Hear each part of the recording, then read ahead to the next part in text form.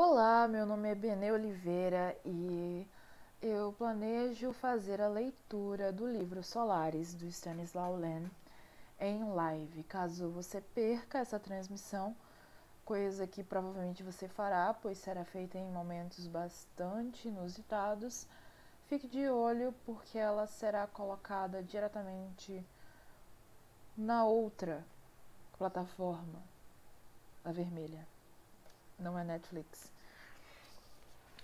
Então, dessa vez vamos começar sério. A edição que eu vou ler é essa edição aqui da Aleph e vamos começar a leitura. Solaris, Stanislaw Lem. Leitura de contracapa. Nós partimos para o cosmos, preparados para tudo. Quando o psicólogo Chris Kelvin chega ao planeta Solaris para estudar um oceano vivo e possivelmente inteligente, ele encontra colegas de trabalho hostis e amedrontados. Em pouco tempo, descobre que esses respeitados cientistas estão sendo perturbados por estranhas aparições que também começam a afetar o seu discernimento sobre a realidade. Leitura de orelha. E então, o que são eles, esses outros mundos? Solaris é um planeta distante, aparentemente coberto por um vasto mar de gel. Acreditando que esse oceano inusitado é um ser vivo com o qual podem se comunicar, cientistas vindos da Terra constroem ali uma base de pesquisa. Quando o psicólogo Chris Kelvin chega à Estação Solaris para participar dos estudos em curso, percebe que algo estranho está acontecendo com seus colegas. Eles estão agressivos e apavorados. Kelvin passa a investigar a situação, mas a busca por respostas acaba colocando a sua própria percepção em risco. Publicada pela primeira vez em 1961, este clássico da ficção científica, nesta edição traduzido diretamente do polonês, ganhou 3 adaptações cinematográficas, uma delas das quais vencedora do Grand Prix no Festival de Cannes em 1972. Essa é uma edição muito bonita, eu espero que vocês não se incomodem com ocasionais comentários, mas essa é uma edição muito bonita da Aleph, eu gosto muito dessa edição. Vamos começar agora pelo primeiro capítulo, O Visitante. Às 19 horas do horário de bordo, passando pelos que estavam em volta do poço, desci pelos degraus de metal para o interior da cápsula. Lá dentro, mal havia espaço para levantar os cotovelos. Depois que liguei a conexão a tubo que saía da parede, minha roupa espacial inflou, e a partir de então eu não conseguia mais executar o menor movimento. Estava em pé, ou melhor, suspenso, envolto por um colchão de ar, formando um todo único com a minha carapaça de metal. Ao erguer os olhos, vi as paredes do poço pelo vidro convexo, e mais acima, inclinado sobre ele, o rosto de Modard. Ele logo desapareceu, e tudo ficou escuro, porque o pesado cone protetor foi colocado na parte de cima. Ouvi 8 vezes o silvo dos motores elétricos que apertavam os parafusos. Depois, o assobio do ar sendo injetado nos amortecedores. A visão foi se acostumando ao escuro. Já enxergava o contorno verde pálido do único mostrador. Pronto, Kelvin, ouviu-se nos fones de ouvido. Pronto, Modard, respondi. Não se preocupe com nada. A estação vai lhe pegar, ele disse. Boa viagem. Antes que eu pudesse responder, ouvi um rangido lá em cima, e a cápsula estremeceu. Contraí involuntariamente os músculos, mas nada mais aconteceu. Quando vou decolar? Perguntei, e ouvi um chiado, como se polvilhassem grãos de areia bem fina sobre a membrana de um tambor. Você já está voando, Kelvin. Que tudo corra bem, respondeu a voz familiar de Modard, antes que eu pudesse crer que voava. Uma ampla fresta abriu-se à minha frente, e através dela eu avistei as estrelas. Em vão me esforcei para encontrar Alpha Aquarii, para onde voava agora a nave Prometeu. Eu desconhecia o céu dessa parte da galáxia. Não conseguia identificar nenhuma constelação. Na janelinha estreita pairava um pó cintilante. Esperava ver a primeira estrela tremeluzindo, mas não consegui ver. Elas apenas começaram a desvanecer e sumiram, dissolvendo-se num fundo arruivado. Entendi que já me encontrava nas camadas exteriores da atmosfera, retesado, imobilizado pelas almofadas pneumáticas que me envolviam. A única coisa que eu podia fazer era olhar para a frente. E nada de horizonte.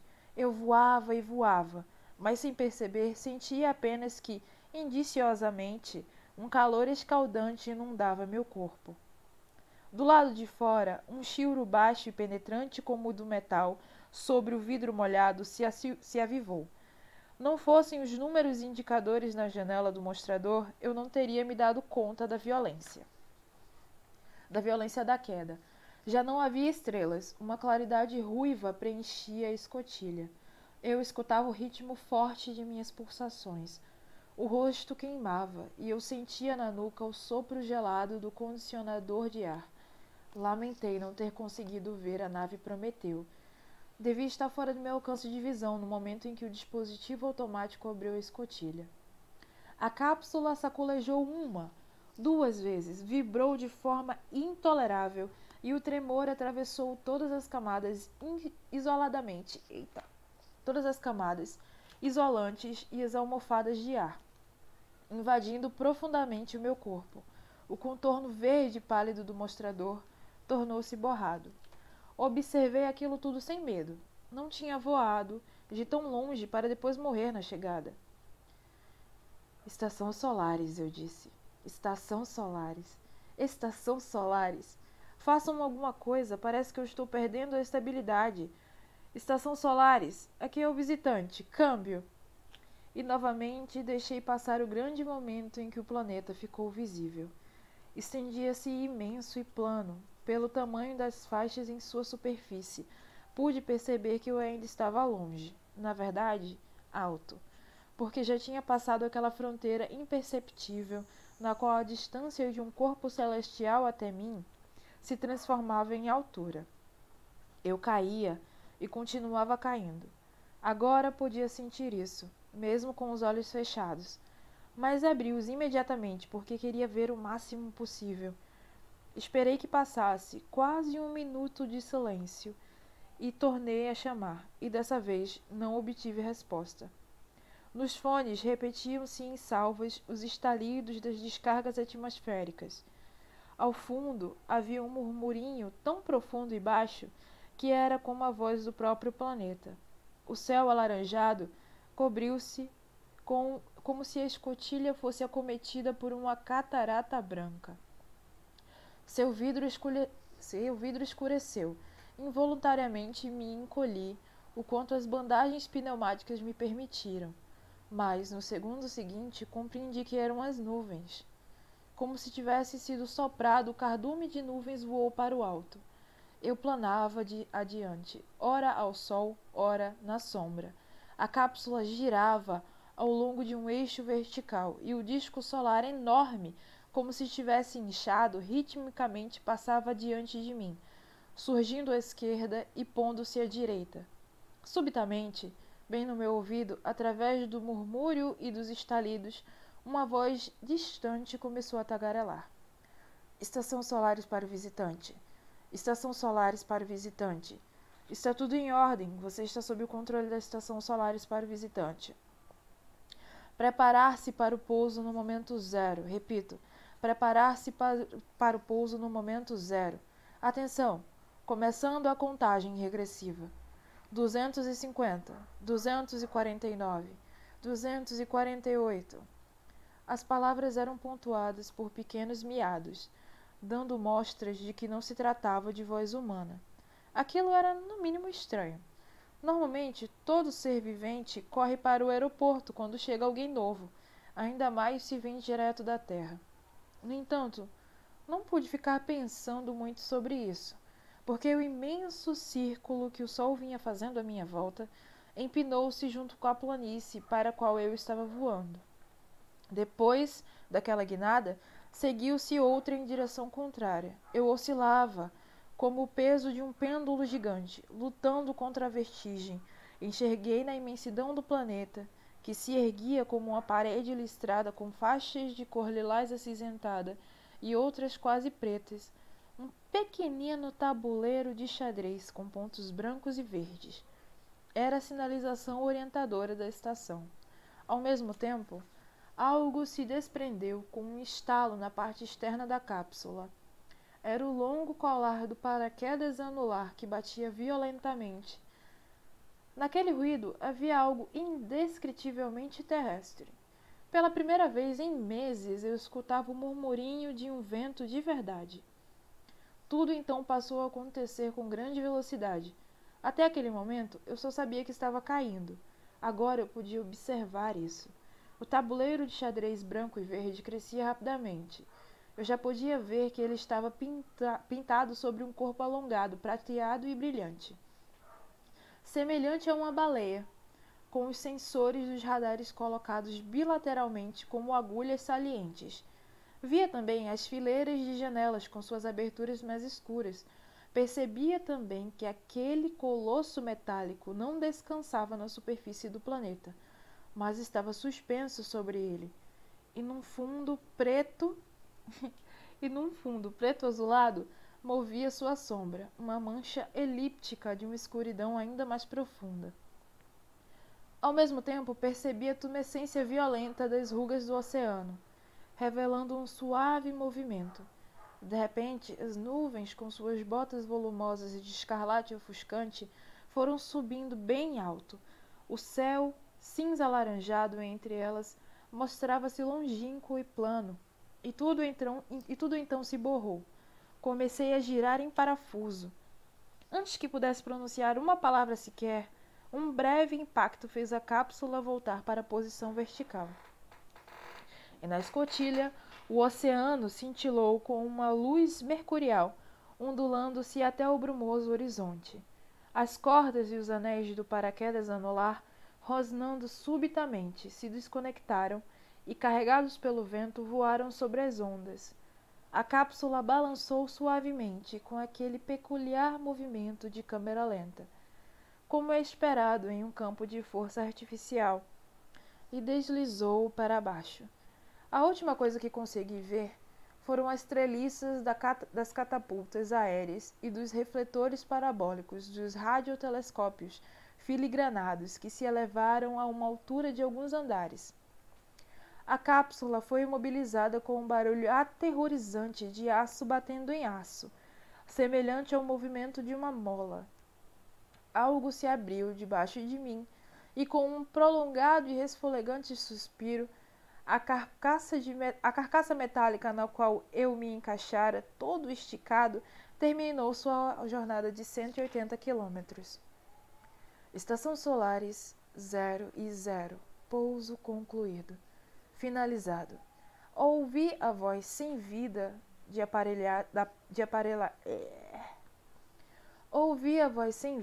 aparelhagem do controle. Com as duas mãos, eu senti uma vaga sensação de aperto no peito e percebia as entranhas como um peso desagradável.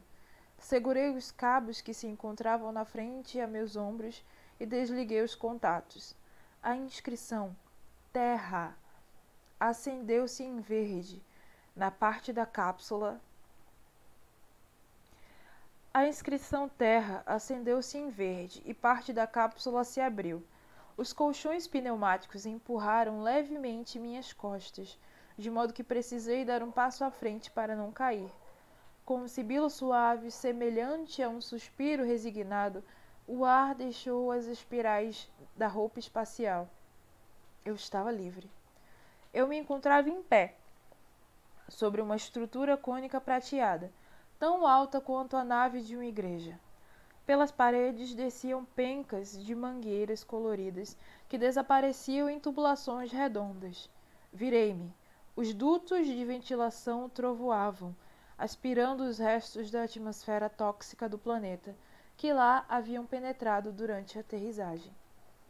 Vazia como um casulo despedaçado, a cápsula em forma de charuto permanecia em posição vertical, sobre a taça embutida numa elevação de aço. Sua superfície metálica externa chamuscou-se de uma cor marrom acinzentada. Desci por uma pequena rampa. Mais à frente, uma camada de plástico áspero fora soldada ao metal. Estava gasta nos lugares por onde rodavam os acessórios móveis dos foguetes, deixando aparecer o aço. De repente, os compressores dos ventiladores emudeceram-se e fez-se um completo silêncio. Olhei em volta, um tanto desamparado, pois estava esperando que alguém viesse, mas ninguém apareceu. Apenas uma seta de neon luminosa apontava a deslizante e silenciosa esteira rolante. Subia em sua superfície plana. A abóbada do saguão descia, formando uma graciosa linha parabólica, que continuava em um corredor tubular. Em seus nichos elevavam-se pilhas de cilindros de gases comprimidos, recipientes, paraquedas anulares, baús, tudo jogado em desordem. De qualquer maneira, aquilo também me deixou intrigado. A esteira rolante terminava onde o corredor se ampliava numa rotunda. Ali graçava uma desordem maior ainda. Debaixo de um monte de vasilhas de lata vazada, debaixo de um monte de vasilhas de lata vazava um líquido oleoso, formando uma poça.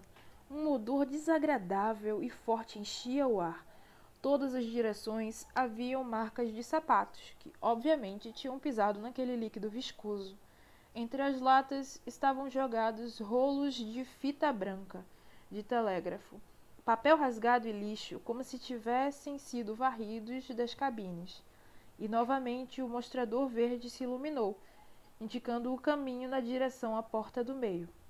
Atrás dela havia um corredor tão estreito que nele 2 pessoas mal poderiam passar uma pela outra. A iluminação se dava pelas janelas que ficavam no alto, que com seus vidros lenticulares estavam direcionadas para o céu. Mais adiante, outra porta pintada como um tabuleiro de xadrez branco e verde estava entreaberta. Entrei. Na cabine semisférica havia uma enorme janela panorâmica, que o céu coberto de névoa encandecia. Lá embaixo moviam-se silentes das colinas enegrecidas das ondas. As paredes estavam repletas de armários abertos. Instrumentos de laboratório, livros, copos com sedimento ressecado e garrafas térmicas empoeiradas enchiam os armários. No piso sujo havia 5 ou 6 mesinhas mecânicas ambulantes, e entre elas algumas poltronas murchas que perderam o ar. Apenas uma delas estava inflada e com o encosto inclinado para trás. Um homem pequeno e magricela, com o rosto queimado de sol, estava sentado nela. Sua pele descamava em retalhos sobre o nariz e nas maçãs do rosto. Eu o conhecia. Era Snout, o substituto de Gibarian, um estudioso da cibernética. Em sua época, publicara alguns artigos bastante originais no Almanaque de Solarística. Nunca o tinha visto antes. Vestia uma camisa de malha reticulada, por cujos orifícios emergiam do peito achatado alguns pelos grisalhos isolados. Ele também usava calças de algodão grosso, outrora brancas, manchadas nos joelhos e queimadas por reagentes químicos, com inúmeros bolsos, como os de um mecânico. Na mão, ele segurava um recipiente, uma pera de plástico, daquelas que servem para beber líquidos nas naves desprovidas de gravidade artificial. Olhou para mim como se uma luz ofuscante o tivesse atingido. A pera caiu-lhe dos dedos frouxos e quicou algumas vezes como um balão de látex. Um pouco de líquido transparente espirrou. Lentamente, todo o sangue foi-lhe fugido da face. Eu fiquei demasiado surpreso para falar alguma coisa, e aquela cena silenciosa prosseguiu, até que o pavor de Snout me contagiou de uma maneira misteriosa. Eu avancei um passo. Ele se encolheu na poltrona. Snout, sussurrei. Ele estremeceu como se tivesse sido atingido por um soco. Olhando-me com indescritível aversão, falou com a voz rouca. Eu não lhe conheço. Não lhe conheço. O que você quer? O líquido derramado evaporava rapidamente. Senti o cheiro de álcool. Estava bebendo? Estava bêbado? Mas por que tinha tanto medo assim? Fiquei o tempo todo parado no meio da cabine. Meus joelhos estavam moles e meus ouvidos pareciam entupidos com algodão. Ainda não podia confiar plenamente na pressão exercida pelo chão na sola dos meus pés. Pela vidraça curva da janela, via-se o oceano movendo-se ritmicamente. Snout não tirava de mim seus olhos injetados de sangue. O medo em sua face cedia, mas dela não desaparecia o medo em sua face cedia, mas dela não desaparecia a indescritível repugnância. O que é que você tem? Perguntei a meia voz. Você está doente? Você parece preocupado, disse numa voz surda. Ah, então você vai cuidar de mim, é? Mas por que eu? Eu não lhe conheço. Onde está Gibarion? Perguntei. Por um segundo ele ficou sem ar. Seus olhos novamente vidraram e depois se iluminaram por um instante. Giba, gaguejou. Não, não. Sacudiu-se como uma gargalhada silenciosa e idiota que subitamente cessou. Você veio ver o Gibarion? Perguntou quase tranquilamente. O Gibarion? O que você quer fazer com ele? Olhou-me como se de repente eu tivesse deixado de ser uma ameaça para ele. Em suas palavras, e ainda mais em seu tom, existia algo detestavelmente insinuoso. Não. Havia algo detestavelmente insultuoso. Do que você está falando? Resmunguei atordoado. Onde ele está? Ele ficou pasmo. Você não sabe? Está bêbado, pensei. Bêbado delirante. Uma raiva crescente tomava conta de mim. Na verdade, eu deveria ter ido embora, mas a minha paciência rapidamente se esgotou. Acorde, Snout! Berrei. Como eu poderia saber onde ele está se acabo de aterrissar? O que está acontecendo com você, Snout? Ele ficou boquiaberto. Novamente lhe faltou o ar por um momento, mas de um modo um pouco diferente, e um súbito brilho momentâneo apareceu em seus olhos. Com as mãos trêmulas, ele agarrou os braços da poltrona e se levantou com tanta dificuldade que suas articulações estalaram. — O quê? Perguntou quase sóbrio de repente.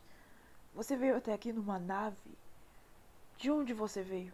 — Da Terra! Retruquei com raiva. — Acho que você já ouviu falar dela, não é? Parece que não. — Da Terra... Oh, céus! Você é o Kelvin? Sim, por que você está me olhando desse jeito? O que tem de estranho nisso? Nada, disse ele piscando rapidamente as pálpebras. Nada. E esfregou a testa.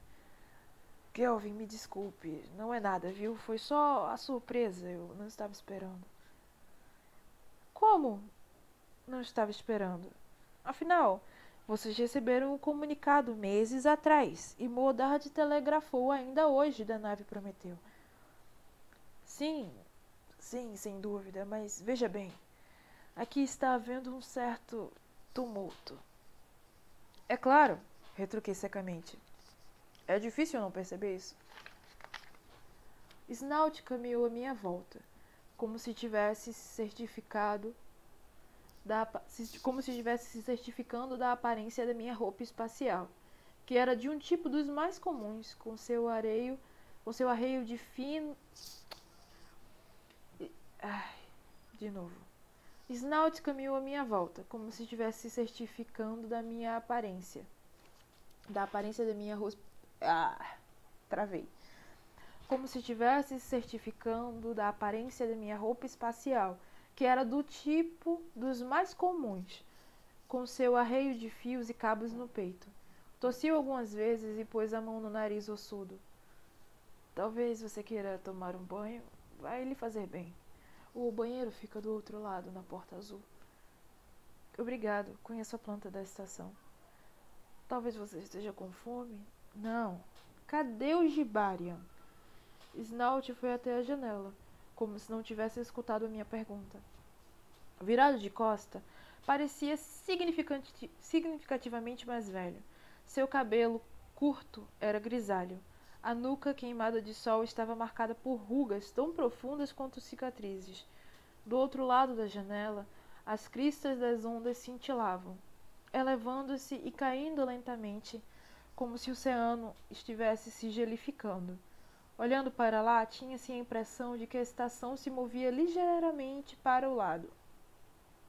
E ligeiramente de lado, como se estivesse deslizando sobre uma base invisível. Depois voltava ao equilíbrio e, com a mesma inclinação preguiçosa, ia para o outro lado. Mas talvez fosse apenas uma ilusão. Fatias bucosas de espuma cor de osso juntavam-se nos vales entre as ondas. Por um instante senti na boca do estômago um aperto nauseante. A rigorosa organização a bordo da nave Prometeu parecia-me algo valioso e irrecuperavelmente perdido. Escute, disse Snout inesperadamente. No momento, apenas eu estou aqui. Virou-se. Esfregava as mãos com nervosismo. Você vai ter que se contentar com a minha companhia por enquanto. Pode me chamar de rato. Você só me conhece por fotografias, mas não tem importância. Todo mundo me chama assim. Não posso fazer nada a respeito. Além do mais, quando se teve pais com as aspirações tão cósmicas quanto os meus, rato soa um pouco... Onde está o Gibarian? Temei, perguntando mais uma vez. Ele piscou. Lamento tê-lo recebido assim. Isso não é só culpa minha. Eu esqueci completamente. Aqui tem acontecido muita coisa, sabe? Ah, está bem, respondi. Vamos deixar pra lá. Então, o que aconteceu com o Gibarian? Ele não está na estação? Viajou para algum lugar? Não, respondeu. Olhava para um canto que estava abarrotado com carretéis de cabos. Não viajou para lugar algum e nem vai viajar, justamente por causa disso, entre outras coisas. O quê? Perguntei. Eu ainda estava com os ouvidos entupidos e tinha a sensação de estar ouvindo mal. O que você está querendo dizer? Onde ele está? Ora, eu acho que você já sabe, disse num tom completamente diferente, e olhou-me tão friamente que até me arrepiei. Talvez estivesse bêbado, mas sabia do que estava falando. Não vai me dizer que ele... Isso mesmo. Um acidente? Balançou a cabeça. Não estava só assentindo, como ao mesmo tempo aprovando minha reação. Quando? Hoje ao amanhecer. Coisa estranha, não senti nenhum choque. Toda aquela curta troca de perguntas e respostas monossilábicas me acalmou. Justamente por sua objetividade, eu começava a compreender o comportamento inexplicável de Snout. Como foi? Vou se trocar. Arrume suas coisas e volte. Daqui, digamos, a 1 hora. Hesitei por um momento. Está bem. Espere, disse assim que me virei em direção à porta. Ele olhou para mim de um modo particular. Senti que o que ele queria dizer estava entalado na garganta. Nós éramos 3 e agora, com você, somos 3 novamente. Você conhece os Sartorius? Do mesmo jeito que lhe conhecia, por fotos. Ele está no laboratório lá em cima e suponho que ele não vá sair de lá antes do anoitecer, mas em todo caso você vai reconhecê-lo. Se você vir mais alguém, entende? Não eu ou os Sartorius, entende? Então o quê? Talvez eu estivesse sonhando. tendo ao fundo das ondas negras que com o sol abaixo cintilavam em vermelho sangue, ele se sentou na poltrona na mesma posição que antes, com a cabeça caída, e ficou olhando para o lado, para os carretéis dos cabos enrolados. Nesse caso, não faça nada. Quem eu poderia ver? Um fantasma? Explodi. Já sei, você acha que eu enlouqueci? Não, eu não enlouqueci. Não consigo falar isso de outra maneira, por enquanto. Afinal, pode ser que nada aconteça. De qualquer modo, lembre-se, eu lhe avisei. Sobre o quê? Sobre o que você está falando? Controle-se, insistiu ele. Haja como se... Esteja preparado para tudo. Eu sei que isso é impossível, tente mesmo assim. É o único conselho que eu posso dar. Outro eu não conheço. Mas o que eu vou ver? Perguntei praticamente gritando. Quase não contive a vontade de segurá-lo pelos braços e dar-lhes umas boas sacudidas, enquanto ele estava lá, sentado, fitando aquele canto com o rosto esgotado e queimado de sol, enquanto extraía de si palavras isoladas com visível esforço. Não sei. De certa forma, isso depende de você. Alucinações? Não. É real. Não ataque. Lembre-se disso. Do que você está falando? Perguntei com uma voz estranha. Não estamos na Terra. Politéria? Mas eles não são de modo algum semelhantes aos humanos, gritei. Não sabia o que fazer para acabar com aquele olhar fixo, com o qual ele parecia decifrar um absurdo capaz de congelar o sangue nas veias. Por isso é tão terrível, disse ele em voz baixa. Lembre-se, fique alerta. O que aconteceu com o Gibarian? Snout não respondeu. O que o Sartorius está fazendo? Volte daqui a 1 hora. Virei-me e saí. Ao abrir a porta, olhei para ele mais uma vez. Estava sentado com o rosto nas mãos, pequeno, encolhido, com as calças manchadas. Só então percebi que ele tinha sangue ressecado nos nós dos dedos das 2 mãos. Pesado. Fim do capítulo 1. Uau! Esse foi o fim do capítulo 1. Eu espero que a leitura não tenha sido tão péssima. Eu sei que ela não foi muito boa. Eu engasguei em alguns momentos. Sinto muito. Tem algumas palavras que são complicadas e às vezes a língua enrola mesmo. Mas o plano é fazer live de leitura, se não todo dia, 3 vezes na semana. Então, fique de olho. Preste atenção. Cuide-se, saúde. E se você quiser ouvir novamente, vai estar disponibilizado amanhã no YouTube, no canal do YouTube Bene Oliveira, Benne Oliveira. Pode procurar que esse capítulo vai estar lá e eu vou tentar cortar essa parte da conversa. Um beijo para meu único espectador, não sei quem é você, mas um beijo. E boa noite.